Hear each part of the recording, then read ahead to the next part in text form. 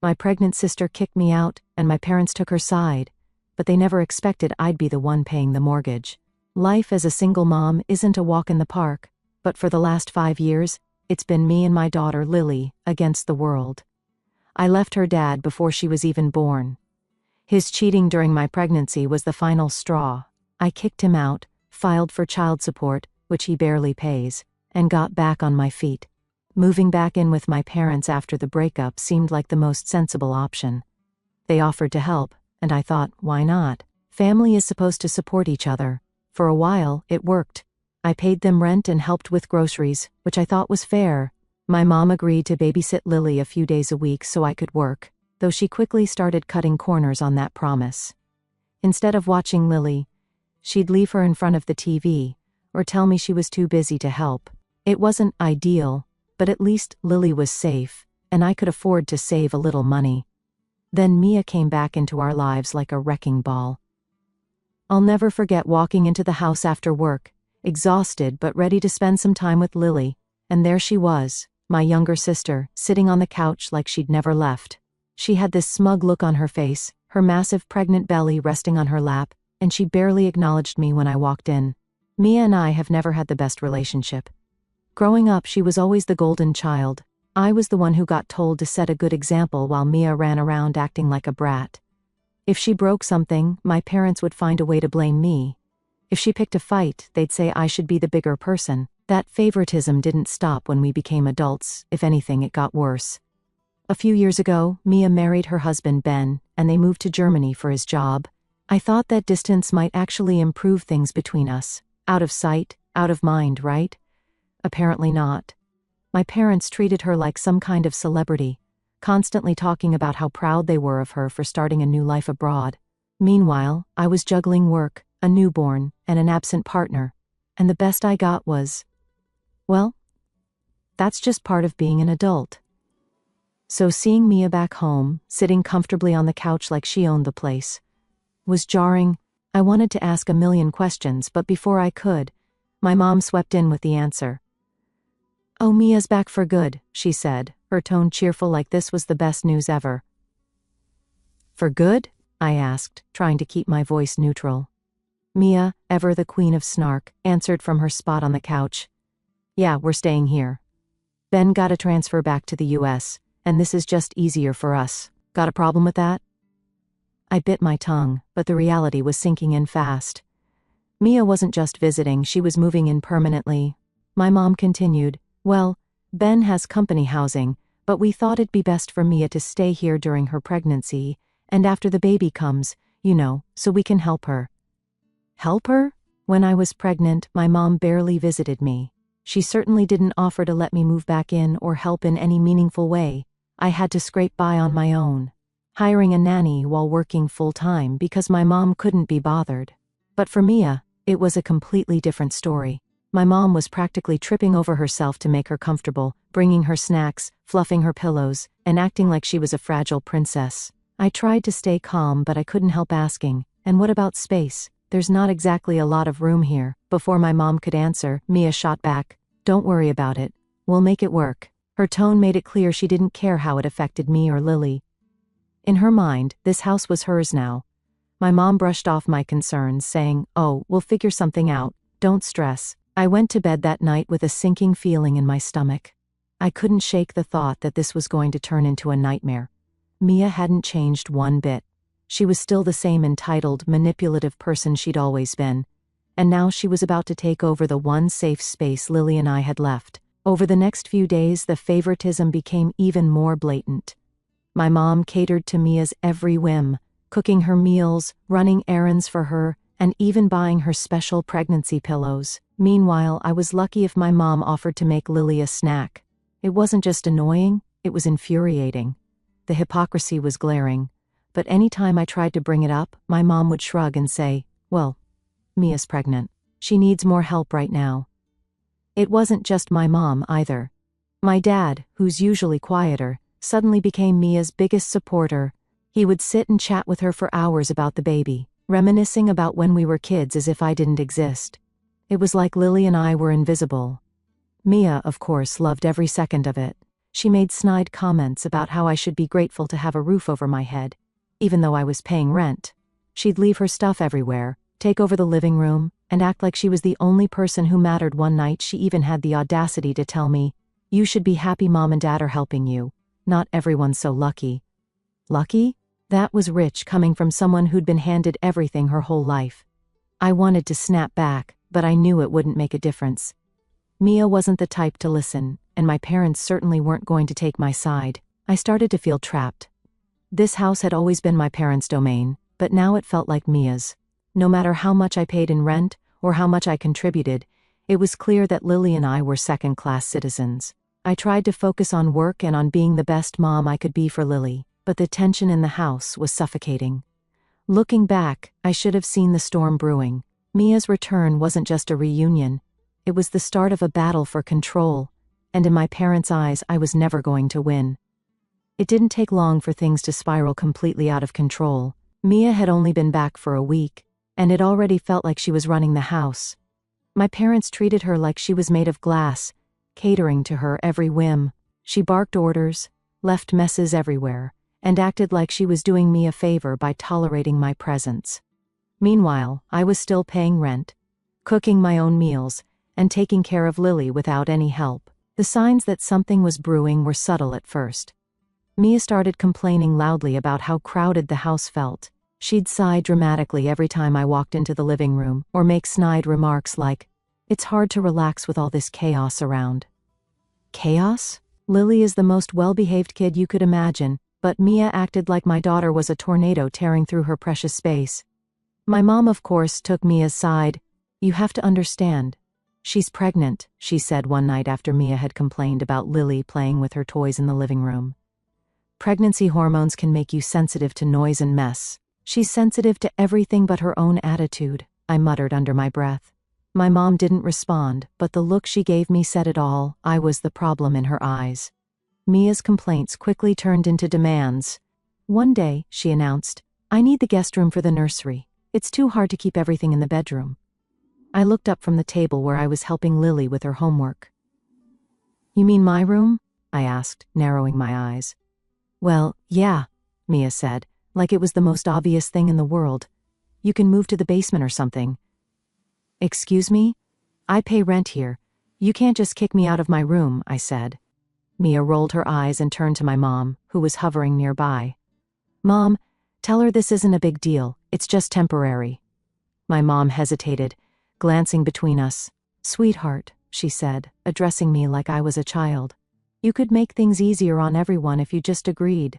Mia needs the space more than you do." That was the first time I realized just how far my parents were willing to go for Mia. It didn't matter that I'd been there longer, paid rent, or had a child to take care of. Mia's wants were their priority, and I was just an inconvenience. I stood my ground though. I refused to give up my room or let Mia bully me into submission.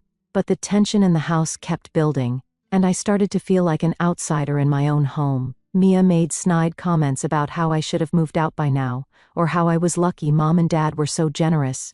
My parents didn't say anything outright, but their silence spoke volumes. It was clear whose side they were on. Then, one day, I came home from work and immediately knew something was wrong. The first thing I saw was Lily sitting on the front porch, clutching her stuffed bunny and looking scared.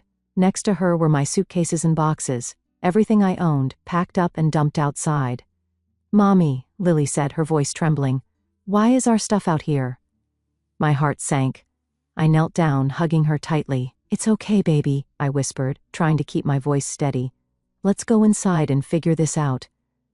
Dragging my things behind me, I opened the door and walked in. The first thing I saw was Mia, sprawled out on the couch, scrolling through her phone like nothing had happened.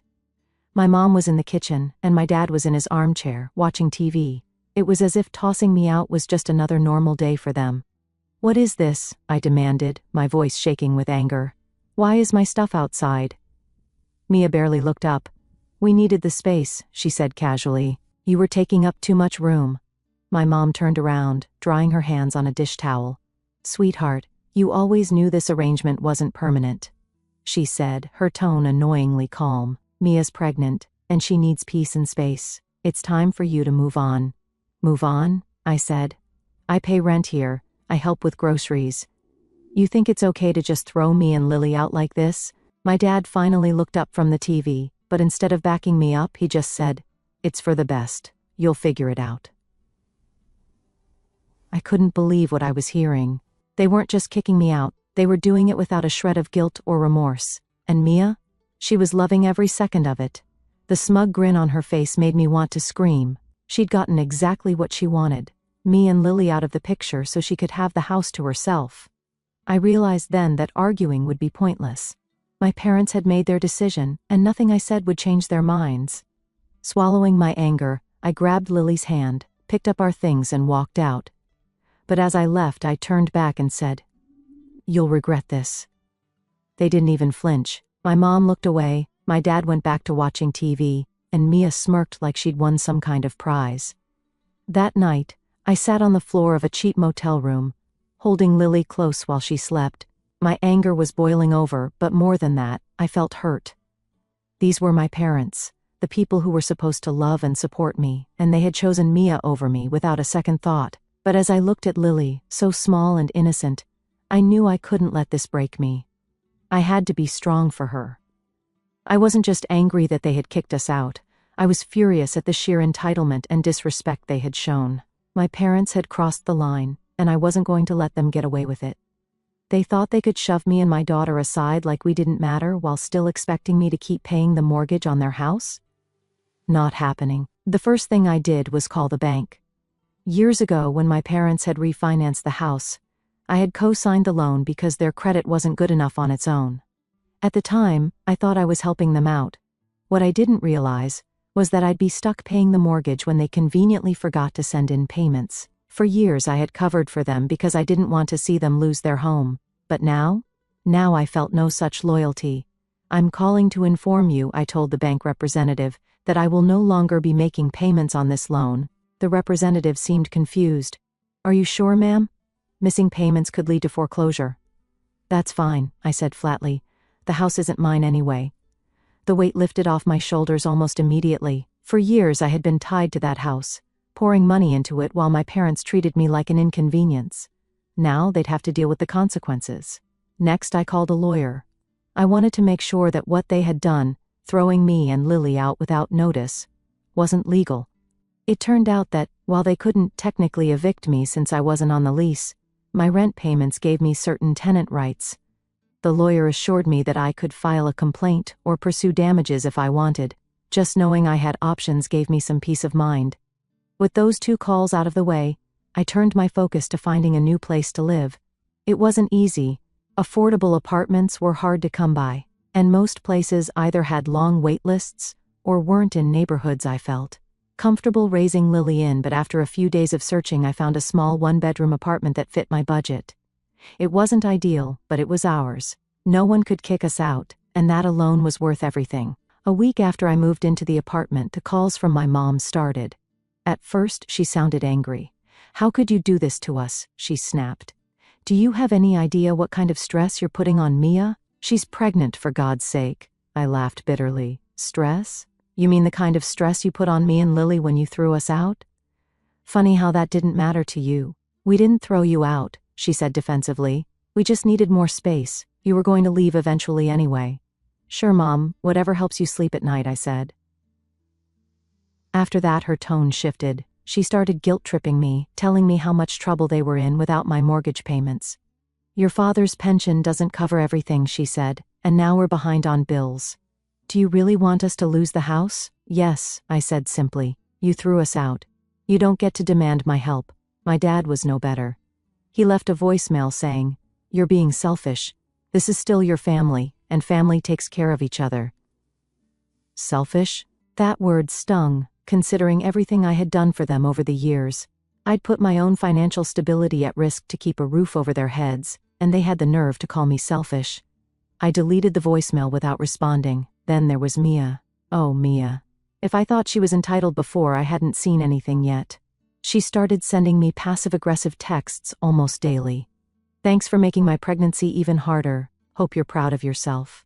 Do you even care about this family anymore, or are you too busy playing victim?" At one point, she even tried to manipulate me by bringing up Lily.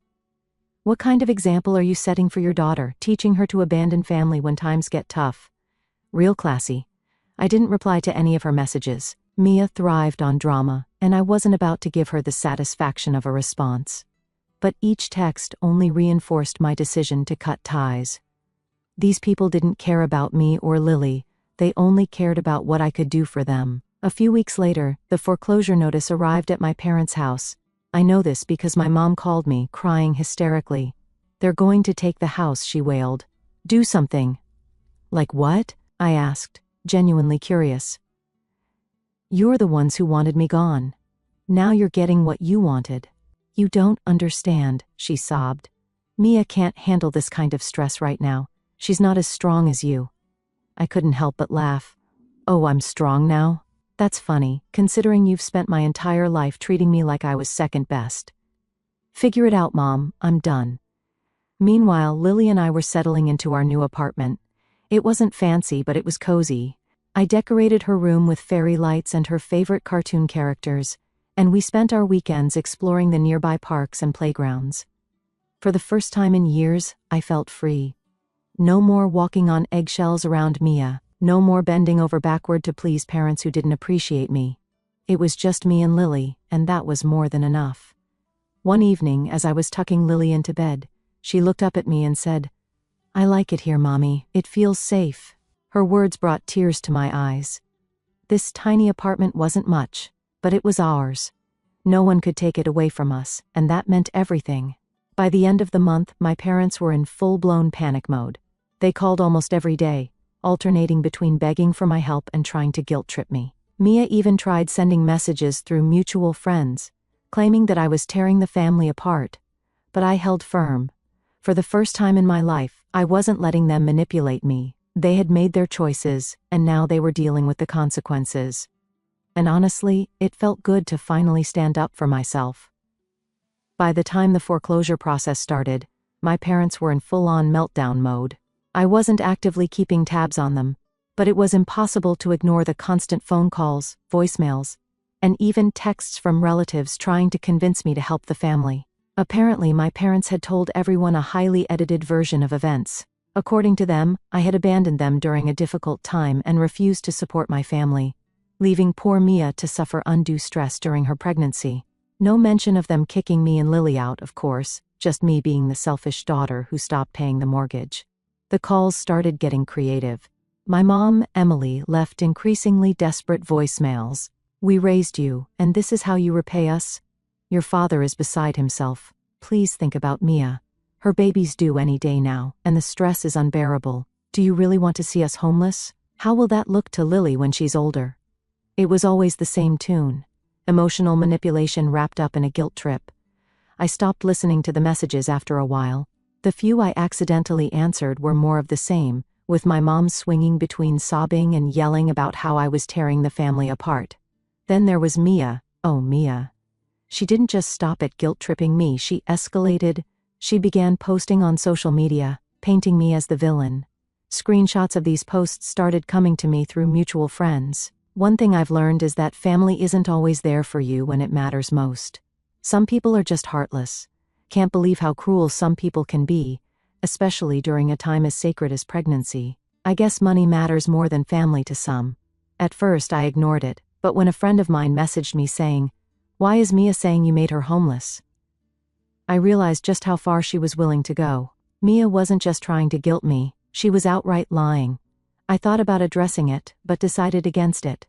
The people who mattered knew the truth, and I wasn't going to waste energy defending myself to her social media minions. Besides, she was about to have much bigger problems to deal with. The official foreclosure notice arrived a few weeks later.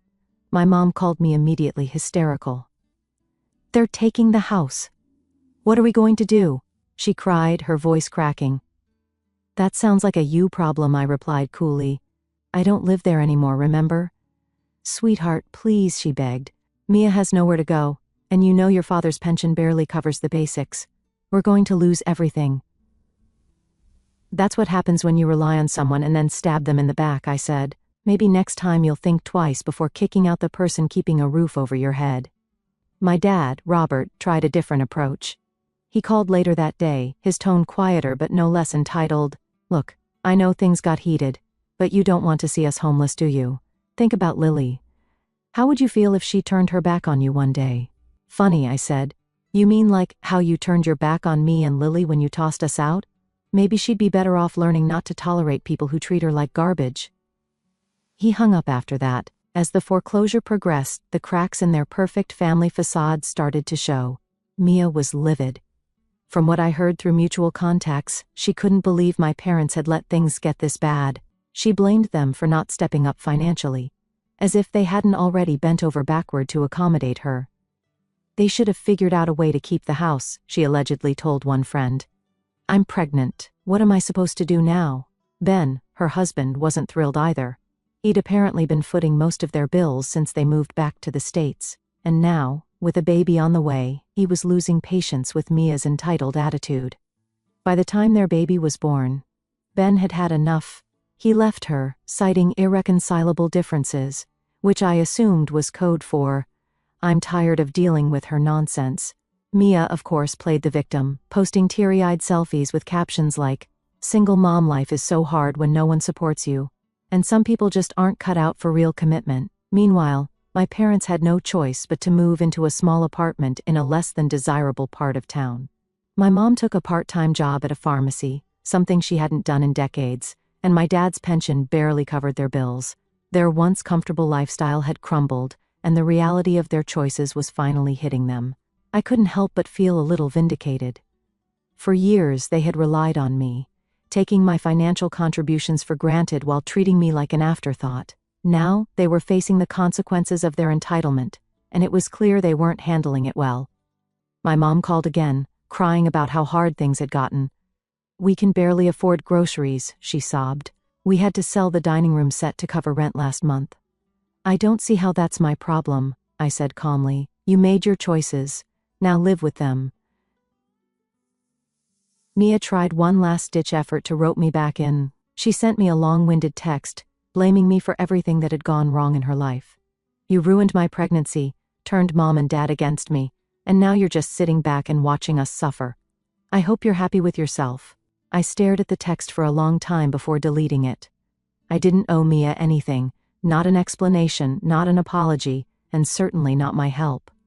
Meanwhile, Lily and I were thriving. Our tiny apartment had become a cozy home, filled with laughter and peace. I was making plans to find a better job and eventually move to a nicer neighborhood, but for now, I was content. Final update: it was only a matter of time before the fallout hit rock bottom. My parents had lost the house, and Mia's husband, Ben, had left her.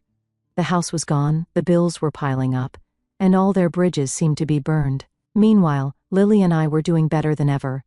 Our little apartment wasn't fancy, but it was safe, peaceful, and most importantly, ours. One evening, about 2 months after the foreclosure was finalized, my phone rang. It was my mom. I hadn't heard from her in weeks, so I was curious enough to answer. Hello? I said cautiously. Sweetheart, she exclaimed, her voice trembling. We need to talk. Please, can you come over? I frowned. Come over where? You lost the house. We're staying in a small apartment on Ridgeway Street, she said quickly. It's not much, but it's home for now. Please, just come. We need you. Against my better judgment, I decided to go. Part of me was curious to see just how far things had unraveled for them. When I arrived, I was stunned. The apartment was tiny and cluttered with old, mismatched furniture. My parents, who had always been so proud of their once beautiful home, now looked worn and defeated. Mia sat in the corner with her baby, looking equally miserable. Thanks for coming, my mom said, wringing her hands nervously. What do you want? I asked, cutting straight to the point. My mom's eyes welled up with tears. We've made mistakes. We know that now. But we're struggling, and we need your help. Help with what, exactly? I asked, folding my arms. The bills are piling up, my dad said, his voice quieter than I'd ever heard it. We're behind on rent, and we've had to sell almost everything of value. Mia's doing her best, but she can't do it alone. At this, Mia finally spoke up, her tone sharp despite her pitiful appearance. You're the one who put us in this mess. If you hadn't stopped paying the mortgage, we wouldn't be here. I let out a bitter laugh. You mean if you hadn't kicked me and Lily out of the house I was paying for, this wouldn't have happened? Funny how that works. Mia's face turned red, but she stayed silent. My mom tried to smooth things over. We didn't handle things well, we see that now. But you're doing so well, and we're not. Please, can't you find it in your heart to help us, for family's sake? I stared at her, feeling a mix of anger and disbelief. Family's sake? The same family that had thrown me and my daughter out without a second thought? The same family that had treated Mia like a princess while treating me like an afterthought? No, I said firmly. I'm not helping you. My mom's face crumpled. Sweetheart, please. We're desperate. So was I when you threw me and Lily out, I snapped. And you didn't care. You told me to figure it out, remember? Well, now it's your turn. My dad tried to interject. It's different now. We're older, and Mia has a baby. We can't do this alone. Mia's baby isn't my responsibility, I said coldly. Neither are your bills. You made your choices. Now live with them. The room went silent. For a moment, I thought they might finally understand, but then Mia spoke again. You're such a selfish, she started, but my mom cut her off. Mia, she snapped, surprising both of us. It was the first time I'd ever seen my mom reprimand her. This isn't helping. Mia huffed and crossed her arms, glaring at me like a petulant child. I turned to leave, but my mom grabbed my arm. Wait, she said, her voice cracking. Please, just think about it. We're not asking for much. Just a little help until we get back on our feet. I shook her hand off. You had all the help in the world when I was paying your mortgage and contributing to your household. You threw it away. I don't owe you anything. With that, I walked out the door, ignoring their protests. I wasn't going to let them manipulate me anymore.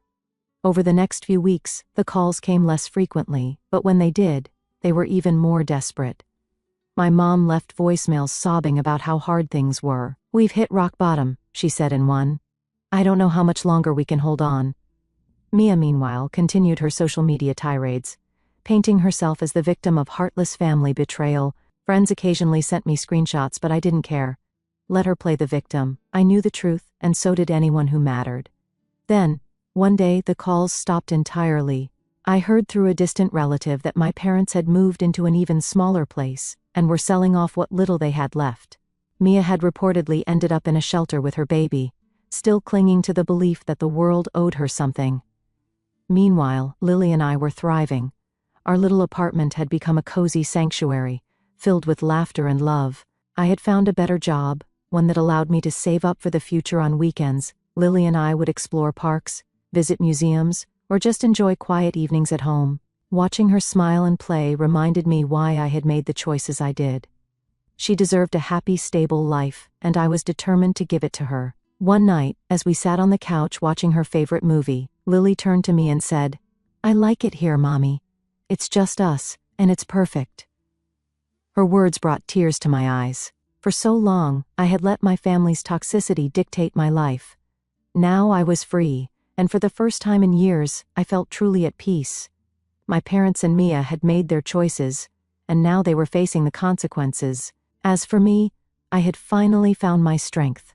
I had no intention of going back, no matter how much they begged. My life, my happiness, and my daughter's future were worth far more than anything they could offer. And that, I realized, was the ultimate victory.